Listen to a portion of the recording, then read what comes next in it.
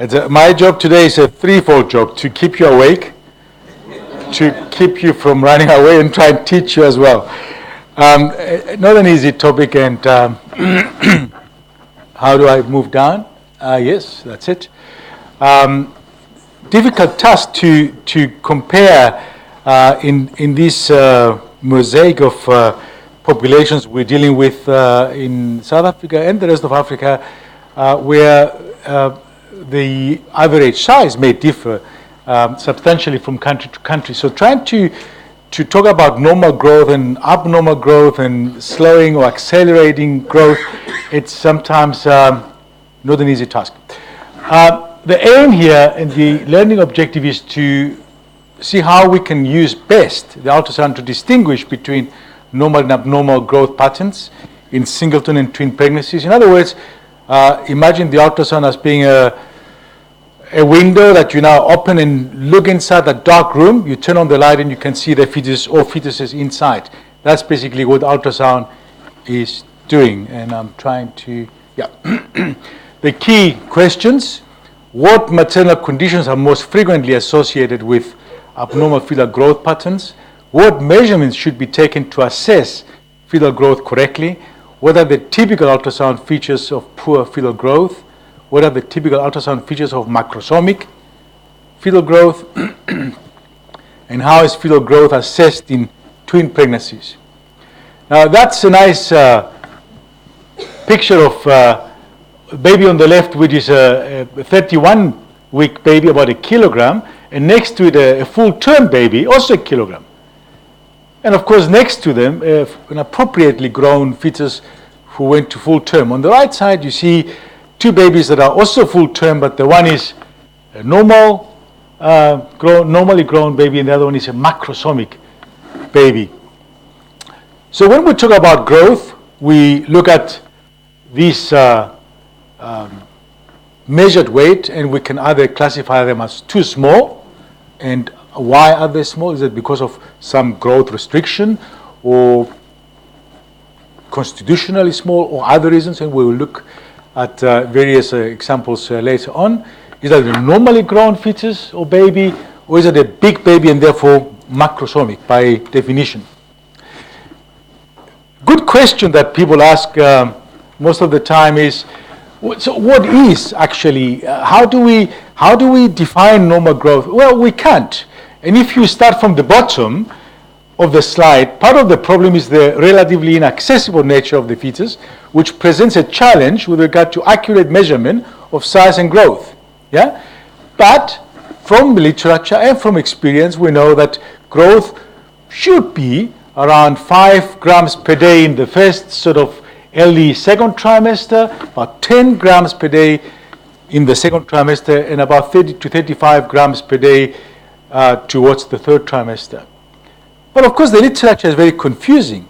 There's so much baggage coming with the literature, because there's so much literature about these things, that you don't know what is actually true and what is not true, what to believe and what to not to believe. There are confusing concepts and definitions, and you need to actually select what is right for you. So what is considered abnormal fetal growth? Well, as I said earlier, we can have either a small for gestational age baby. We can have a baby that is growth restricted, didn't really reach its growth potential as it should be. Or you may have a baby that is large, and we call them macrosomic or large for gestational age. And sometimes they're just normal, constitutionally big babies, or because there's a big mother, or there's something that is causing that baby to become large. And we need to look at the ways to entertain these thoughts. Is it by measuring, for example, the symphysis to find its height, that we can identify these babies in these cases? Is it by having customized charts? And there's so many beautiful charts out there. But now let's take some rural village in anywhere in Africa. Where are they going to get the customized charts? Where are they going to get all these computerized technologies to actually plot these measurements and get to some conclusion that may or may not be true? So at the end of the day, everybody has to individualize and use their personal experience to make do.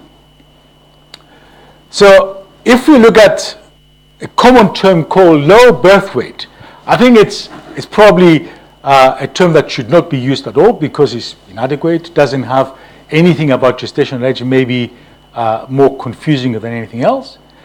Then we have the small for gestational age baby that is usually defined smaller than the 10th, the 5th, the 3rd percentile. And today we've heard all these terms, 5th percentile, 3rd percentile. There's no uniformity. And again, you need to look at what charts you're using, and usually your ultrasound machine is probably your first point of access where you say, okay, my machine is using XYZ formula, and that's what is defined as small for that gestational age. Or, more scientifically, you can say if it's below 2 standard deviations from the mean of the population. So in other words, an SGA fetus is a statistical deviation of the fetal size from a population-based reference. Yeah? The term SGA includes many small, healthy babies, of course, because not every small baby is a sick baby. The term fetal growth restriction, on the other hand, excludes the constitutionally small, healthy babies and includes the small babies that are suffering from pathological growth restriction. In other words, they're starving, they're not eating well. The FGR is an individually based condition where the fetus does not reach its own growth potential. In other words, it works at its own control, and it doesn't reach what it was destined to reach. Yeah? And that assessment actually can be reached only once you have used various tests, functional, biophysical, biochemical, assess the placenta function, for example, to get to these kind of determinations. So if we look at the small for gestational age babies, it's acceptable generally that anything less than the 10th percentile for the gestational age is small, roughly less than 2.5 kilos, and it can be either a preterm, appropriately grown baby that just happened to be born before 37 weeks, before term. It can be a preterm and growth-restricted baby that is actually was growing well or was restricted but also was delivered before term. And you have a term growth-restricted baby that was delivered after 37 weeks but was an SGA baby. And again, the example here that illustrates the 31-weeker and the 40-weeker, they're both the same weight, but the one was term, the other one was obviously preterm. And that's compare those two to the appropriately grown fetus at 40 weeks of just over 3 kilograms. Now, there are so many reasons why a baby can be small, growth restricted, can be due to fetal problems, chromosomal abnormalities, genetic syndromes. Something is wrong with the baby is not well, sick baby, abnormalities, congenital, could be maternal, idiopathic, chronic disease, a mom who is not well, an abnormal placentation, and there you throw your preeclampsias, your antiphospholipid syndromes, and all the sequelae from that. An issue with the placenta, from mosaicism to abnormalities of the uterus, an abnormal insertion of the umbilical cord so allows less nutrients to go through to the baby, and of course the external factors, smoking, infection, and struggle to understand the psychosocial part of it, but I suppose it makes sense to put it there. I put this slide in because it makes a lot of sense to me, and I believe it may make sense to you. Easy to remember that the majority of babies that are small are just constitutionally small babies, and they do well. They have no problems. But 5% of the babies that are small are abnormal small babies, and therefore they will have a poor outcome depending on the abnormality. And these are the 15% of the babies that are starving small babies. They're not eating well, for the reasons that I mentioned in the previous slide. And that's usually the ones that we're trying to identify prospectively as they grow and say, that's a good time to deliver now before the baby gets into trouble. I put this slide again in connection with the previous one because it makes sense in 3 lines. what I'm trying to say. If the baby is small, but looks normal on the scan, and the Dopplers or umbilical cord flow are fine, these are constitutionally normal babies usually, although that's a bit of a simplified statement, but for the sake of the course, let's call them normal, leave them alone. And then we have the baby that looks small but has abnormalities on the scan, and that is the baby that 5% of the babies that have abnormalities, and the 15%, the starving babies, where although the baby looks normal on the scan, the Doppler flows are abnormal, usually starting with the umbilical cord. We have, obviously, as we become more and more sophisticated with our technology and our knowledge, we now divide them into early growth restricted babies and late growth restricted babies, and the early onset preeclampsia and the late onset preeclampsia. And we don't want to really complicate things, especially for a basic course like today, but probably enough to say the early onset, the only good thing about them, they're quite obvious to see, because the early onset, you know there is something wrong with that baby from the beginning. You see abnormal blood flows, and you know something is not right, and these babies usually benefit from an earlier, sometimes, intervention to save both mom and baby, because the mother may be also having preeclampsia and all sorts of other issues. The late onset growth restriction or preeclampsia is very tricky. Difficult to diagnose, but easy to treat, as the slide says, and those you may actually or may not even pick up. They just get born, they're a bit smaller than what they should be. They do fine. Whether they do well at university 20 years later, that's a different story. That's for the lawyers to establish. Okay, so basically, in a nutshell, what happens with the impaired placentation is just this slide here.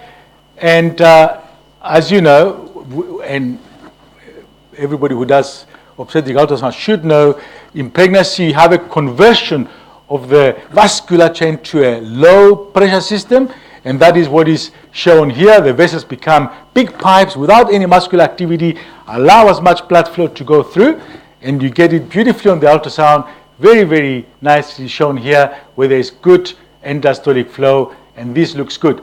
On the other hand, if there is failure of the uterine arteries and the arcuate arteries and all the little blood vessels that provide the placenta with nutrients, if they fail to become low pressure systems, then you have high resistance flow, and that is quite easy to see as well. And that is something that probably everybody should be doing nowadays to ascertain high risk for preeclampsia, growth restriction, and so on. And I'm not going to spend too much time here because it's becoming a bit technical, but just to concentrate on the top side of the slide here, where a baby that eventually will start showing a bit of a growth deceleration. It may not make the cut yet to become IUGR by definition, but it's starting to slow down, and I will show you some examples later. Eventually, it will become growth restricted because it will cross that 10% line. Then you have the baby's going hungry, doesn't have much to spare, underperfuses his kidneys, passes less urine, and then the amniotic fluid starts reducing. So you have the oligohydramnios, and then of course this baby starts getting into trouble with abnormal CTGs, and I won't even go to aortic isthmus and ductus venosus because maybe this is not for the purpose of this course today. But there is a sequence of events, and the beauty of doing a good ultrasound is to be able to identify that change of momentum of growth and do something about it. Does it matter that these babies are small or big? Well, it does, short term and long term, because short term, obviously, the baby may die before it makes it to be delivered, because it's gone so growth restricted that doesn't really have anything to spare anymore. In our own hospital, Chris Hani Baragwanath Hospital, as you see, the majority of our small babies die because of the direct sequence of prematurity, and those who survive the prematurity die, unfortunately, of infection because of overcrowding of our facilities. But there are other things, and that's where one has to look at them longitudinally as well and see how well they're doing post-delivery. Hypoxic ischemic encephalopathy, poor neurological development, delay in cognitive development, sudden infant death syndrome. And of course, later in life, issues such as diabetes, hypertension, mental health issues. There is the academic impairment again, and generally poorer general health. Studies have shown that babies that are small don't do well. And if you look at this column here, babies that are less than 500 grams weight at the time of delivery, the majority of them die within 1 week. Some of them die a bit later, and some of them die even a bit later. But none of them survive. And you may have cases where there's a case in Japan where the baby survived after 22 weeks gestation. Yes, you may have isolated cases. But in general, it's safe to say poor prognosis, and those who survive actually may survive with major issues. On the other hand, if you look at babies that are born at 1 kilogram or more, they do well. And that's basically what we aim to achieve before we decide, let's call it a day, let's take these babies out. We want to get to at least 1 kilogram. And of course, there are the in-betweens, the gray areas where most of them do well, some of them don't do well. But again, one has to look at how they survive, what is the quality of life after delivery. This is just one slide to show the reality in a big center like Baragwanath Hospital in Johannesburg, where really when we say we want them to be about 1 kilogram to survive, we really mean that. It's not just some thumbsuck. In other countries, in less overcrowded situations, maybe 500 grams, 700 grams, sure. But in our settings, and I'm sure for the rest of Africa, it is, and as the previous slide showed as well, I think you're looking at weights from about 900 grams to 1 kilogram to say realistically there's a good chance of survival. South Africa is not the worst on the scale, is not the best, but if we compare our own data to the European Union average, we still have a lot of ground to cover. The majority of our problems are here, listed here, a third due to preterm delivery and nearly half due to hypoxia. Looking at the other side of the spectrum, the macrosomic babies, they do happen, they're there, and especially depending on cutoffs that you use, you may actually have a larger population included in your definitions. They do happen, they are a reality, and they're probably in as much trouble as prem babies or small babies. And if you look on this graph here, so as you see, best weight really for delivery would be somewhere around there. But then they start, as they cross that 4 kilogram mark, they start to do badly. And as you see, similar trend 40 years later. So some things actually don't change. If we look on the other side of the slide here, maternal risks, of course, protracted or arrested labor, the need for operative delivery, cesarean delivery, forceps and vacuums and all that, the risk of injury to the perineum, postpartum hemorrhage, the risk of uterine rupture, and of course, the risk to the neonates, the shoulder dystocias, the injuries to the brachial plexus or asphyxia or hypoglycemia, and the long-term risks in the offspring such as development of impaired glucose tolerance and obesity later in life, and the development of metabolic syndrome. We always teach our registrars and our fellows to assess, palpate, measure, and in selected situation, I think it has a role to play to do this, because after all, this is the first line of contact with the patient before the patient gets sent to some specialist center to have a closer look. The evidence says that in low-risk situations maybe doesn't perform that well. In high-risk populations, obviously abdominal palpation does better. But I think it's clear take-home message here. That comes from the RCOG, the Green Top Guidelines. Women with a single SFH, symphysis fundus height, which plots below the 10th percentile, or serial measurements which demonstrate slow or static growth by crossing centiles, should be referred for ultrasound measurement of fetal size. And women in whom measurement is inaccurate because they are large, because they have large fibroids, polyhydramnios, should also be referred for serial assessment of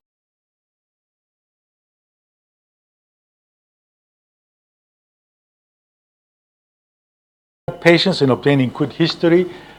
You will establish that patients who are at high risk to have a baby with IUGR, multiple pregnancy, previous history of IUGR, previous history of unexplained stillbirth, previous history of hypertension and preeclampsia, antiphospholipid syndrome, autoimmune diseases, renal conditions, diabetes, which can go both ways, as you can see, elderly, advanced maternal age patients, and of course, alcohol and drug abuse, patients who are at risk for macrosomia, large ladies, multiparity, advanced maternal age again. Here we put them 40 plus, here we just say AMA, maternal diabetes, post-term pregnancy, previous macrosomic infant. In other words, they have a habit of producing big babies, excessive weight gain in pregnancy, and of course the mother herself was a large kid when she was delivered. I accept that biochemistry is not readily available in every country and every setup, but if you do have access to biochemistry when you do your first trimester screening for Down syndrome, say, it's a good idea to look at the PAP-A and the placenta growth factor if you have access to those, because they can also tell you something about placenta function and alarm you for problems that may arise later in pregnancy. And of course, the fundal height measurements that are not possible or unreliable because of polyhydramnios, high BMI, and large fibroids. So the one good thing about Africa, because there are so many bad things about Africa, about the lack of resources, is that maybe people don't get as obese as the affluent countries, in Australia down here. South Africa, by the way, is high risk. But obviously, we're talking about the risk of macrosomia. And as you see, the westernized kind of diets in the first world is at high risk for maternal diabetes, gestational diabetes, obesity, and of course, family history. Looking at an example of how does macrosomia look like on the scan, they all start pretty well initially. As you see, the BPD measurements from about sort of third trimester, from about 28, 30 weeks, you're starting to see a growth acceleration, head circumference, abdominal circumference, everything grows bigger. And of course, look at the estimated fetal weight, follows that 95th percentile up to here and then shoots up. And of course, that is usually coming with an increased weight and increased amniotic fluid index.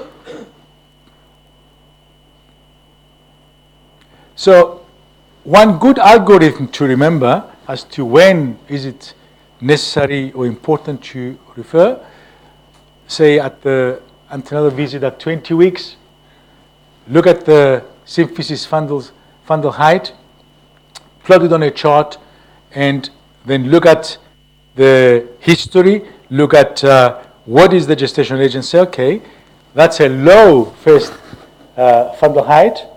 This is a static growth. This is a slower growth than what is expected, or an accelerated growth. And these little situations need to be referred for further evaluation in ultrasound. And I will show you some graphs in the next couple of slides. So they need an ultrasound, assessment of fetal growth and morphology. And if the estimated fetal weight is normal and normal ultrasound findings, I'm not saying discharge them. I'm saying maybe follow them up in a couple of weeks just to make sure that everything is fine. So, and then they go back to routine care. But if you do find less estimated fetal weight than what it should be, less than the 10th percentile, then they need to be classified as higher risk and be monitored more closely. And that's an example on the left of low first fundal height where the measurement is way below what it should be? Is it because of incorrect dates? Is it because baby is just small? Needs to be evaluated. Here we have a very good example of static growth where suddenly the baby was growing and it was on the upper side of the range and then suddenly went down to the other side. Could be that this is just scans by various people, junior versus more experienced people. This needs to be evaluated.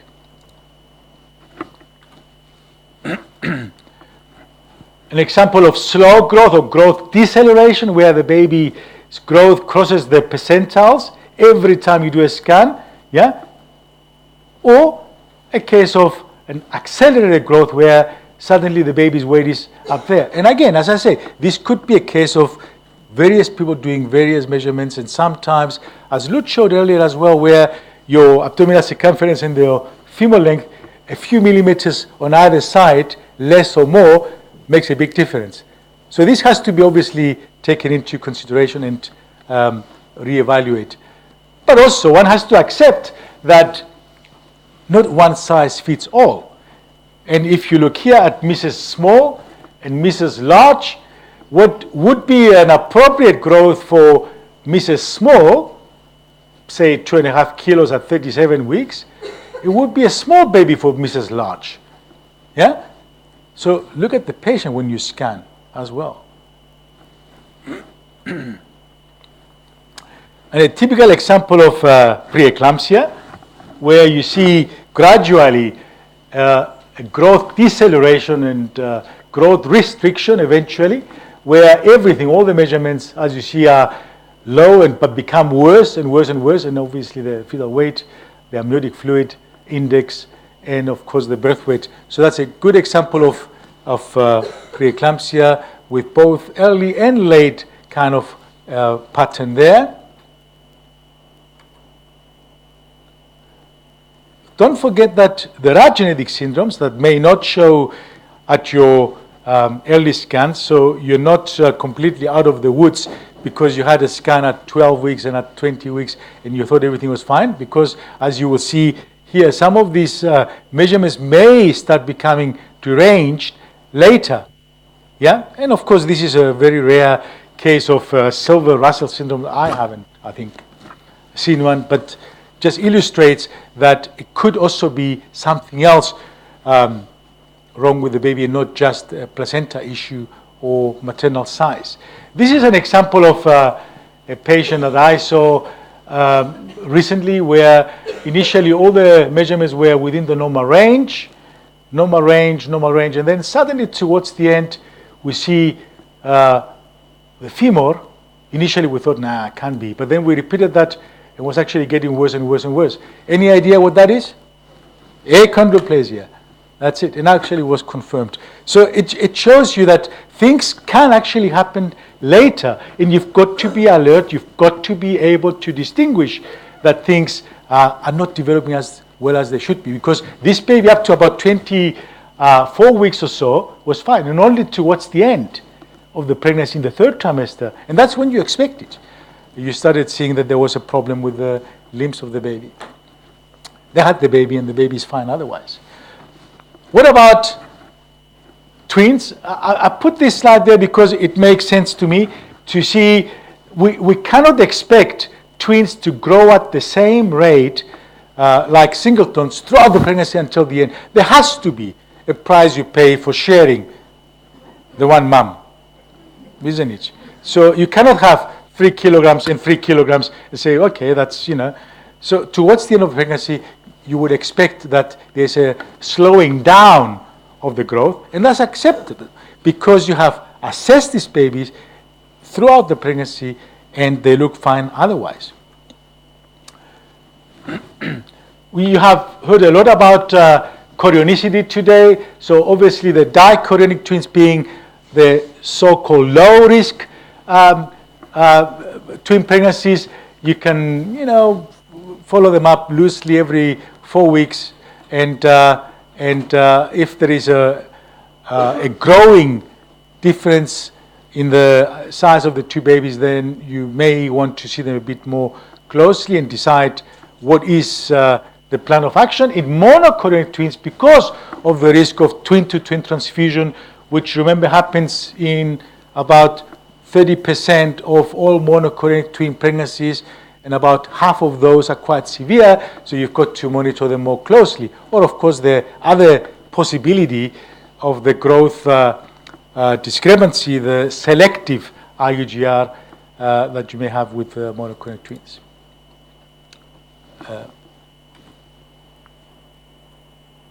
Okay, so that's, for example, a case of selective IUGR where you see the one baby was growing exactly as it should be, but the other baby was lagging behind, was following its own percentile, if you want, call it the first percentile or second percentile, and eventually, as you see, when they were delivered, there was a huge difference in the size, but it is doable and they can survive.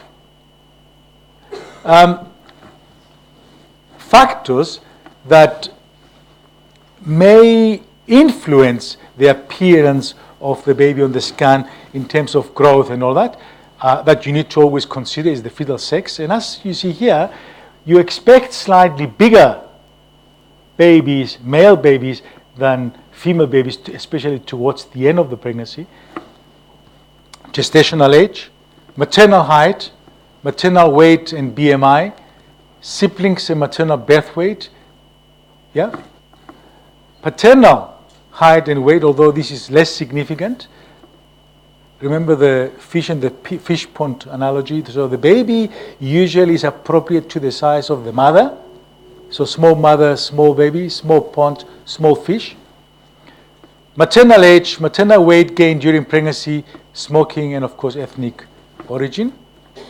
Lutz showed this slide earlier, and I'm not going to spend too much time here, just to illustrate again that, and I realized that I highlighted the wrong, actually, name. It should be Hadlock 3, which is this one here, which is, as you see, the closest to the zero error. And it works well until about sort of 3 kilograms. And then it starts to become also not that accurate. So up to about 3 kilograms, that's a pretty accurate formula, the weight assessment by Hadlock 3, which is listed there. And for those of you who want to memorize that, be my guests. What I believe is important is to, we're having dinner here, yeah? Is to allow the fetus to work as its own control. And it's important, and you've heard about these measurements, early measurements earlier today. You've got to assess early.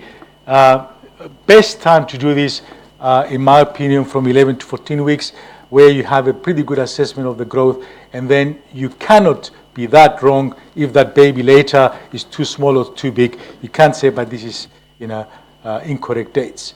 The 3 typical measurements that you will do for the estimation of the weight are there, and you've heard this lecture before as well, the femur, the abdominal circumference, and the head circumference. And for those fortunate enough to have a database to put all these numbers in, it looks like that, and at a glance you can say, this looks like an average size baby, but not everybody has this luxury, and you have to have your own little graphs where you put these particular babies' dots on the chart and decide what is the situation.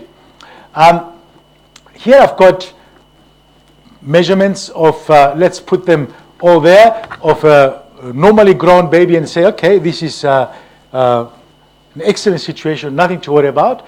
Or you may have something that looks like that towards the end of the pregnancy, which clearly illustrates a growth deceleration. And you start wondering, why is this baby suddenly coming off the charts? Or you may have a situation where the baby was always on the small side, and this could, for example, be constitutionally small, or just incorrect days, or just a small baby. I think we're reaching, kind of getting towards the end of the lecture. Current best practice would indicate that there is little to be gained by allowing a pregnancy to continue if the baby is not growing. So we can leave the baby in there for another 2 weeks or 3 weeks at the cost of losing the baby in severe cases of growth restriction. Yeah, so if the baby is not growing, take it out, provided it's going to survive outside, provided you have the infrastructure, the knowledge, the ICU that can deal with these things. However, each case needs to be carefully assessed and individually considered in consultation with the parents. Always involve the parents as well. The poorer countries like us and the rest of Africa, there's a need to move away from the percentile-based identification of fetal growth restriction or excessive growth to the identification of fetal growth restriction based on a clinically relevant outcome-based criterion. In plain English, you need to see what is your ICU like, what is the performance of your hospital in terms of growth restricted babies or small babies, and say, am I being realistic if I said to Mrs. Smith, we need to deliver this baby because it's not going to survive in there, it's a very hostile environment, but you take it out and it dies outside because your hospital cannot look after this. So you've got to look at your own performance of the hospital or the country where you are and be realistic about it. The estimated fetal size cutoff for growth restriction at any gestation should be the estimated size at and beyond which perinatal mortality and serious neonatal morbidity rates are significantly increased. That's exactly what I just said. You know what I'm saying? When we talk about fetal viability, and we have this in our ethics lectures where 500 grams is viable, viable where? Viability is a technological aspect which varies from country to country. So you've got to look at your own place and be honest enough to say, but at Paraguay, if I deliver them less than a kilo, they're not going to survive. I need to be honest about it. All right? Contemporary clinical practice-based decisions should include fetal health status on multiple indices of fetal health, including size, growth velocity, amniotic fluid, volume, umbilical artery Doppler, and of course, as I said, depending on the center where you are. On the other side of the spectrum, the big babies, poorly controlled diabetes may lead to early delivery, as you know. Evidence supports offering elective cesarean section if gestational diabetes and estimated fetal weight of greater than 4.5 kilograms. No evidence for improved outcomes with induction of labor for that kind of weight. 2 systematic reviews concluded that induction of labor for suspected fetal macrosomia did not result in a lower rate of shoulder dystocia or cesarean delivery than expectant management. Our key points for today, for this lecture: use BPD, head circumference, abdominal circumference, and femur length to assess estimated fetal weight. Leave at least 10 days between scans, 2 weeks would do. Beware of the causes of impaired and increased fetal growth. Assess growth pattern to monitor risk of associated anomalies. Start and frequency of growth assessment in twins depending on chorionicity, the mono versus the dichorionics, and assess amniotic fluid and fetal well-being during scan. Conclusion: many causes may alter fetal growth. Fetal growth restriction may present from early on in pregnancy. Macrosomia usually presents later in pregnancy, and chorionicity is important to determine how to monitor growth. And that's the end. Thank you.